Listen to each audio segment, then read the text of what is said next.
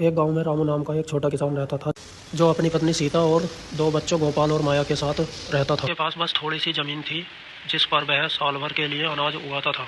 जैसे ही वो घर की ओर बढ़ा, तभी आसमान में बादल छाने लगे और हल्की हल्की हवा सी चलने लगी। जैसे ही किसान घर के पास में पहुंचा, तभी हल्की हल्की बूंदें से पड़ने लगी और वह अपनी पत्नी से बोला, अगर इस बार बारिश अच्छी हो जाए तो फसल अच्छी हो जाए।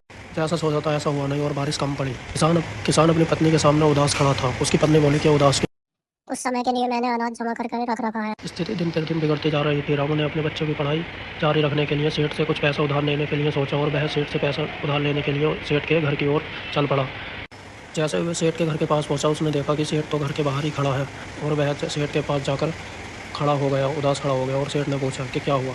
अगर आप थोड़े पैसे उधार दे देते तो मैं अपने बच्चों की पढ़ाई जारी रख पाता। रामू के इतना कहते ही सेठ ने रामू को पैसे उधार दे दिए और रामू से बोला, अब आप देना चाहो तब दे देना।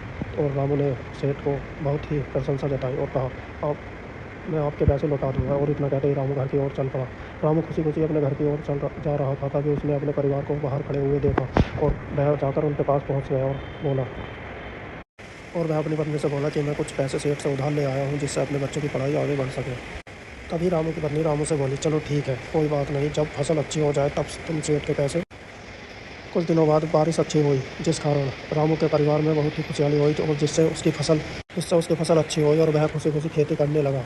और वह डेली खेती करता और वह अपने खेतों से डेली घर वापस जाता और वह अपने परिवार के साथ खुशी खुशी रहता।